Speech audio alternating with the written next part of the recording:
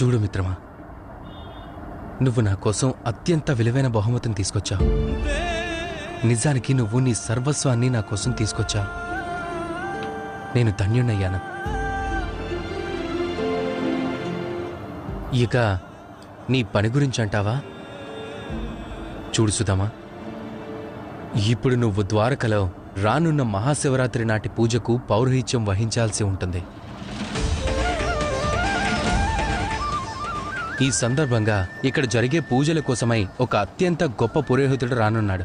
కానీ ఆ పురోహితుడు ద్వారకావాసి కాదు. అత్యద్భుతం కన్నయ్య, నీకున్న ముందు చూపు చాలా గొప్పది. నువ్విదంతా ముందుగానే ఆలోచించి పెట్టుకున్నావు. నాకైతే నమ్మకం కలగడం లేదు మిత్రమా. ఇప్పుడైనా నమ్ము సుధామా.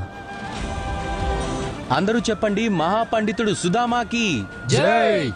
ఇలా ఇప్పు మిత్రమా, ఈ అటుకులు నాకు తిరిగిచ్చేసాయి.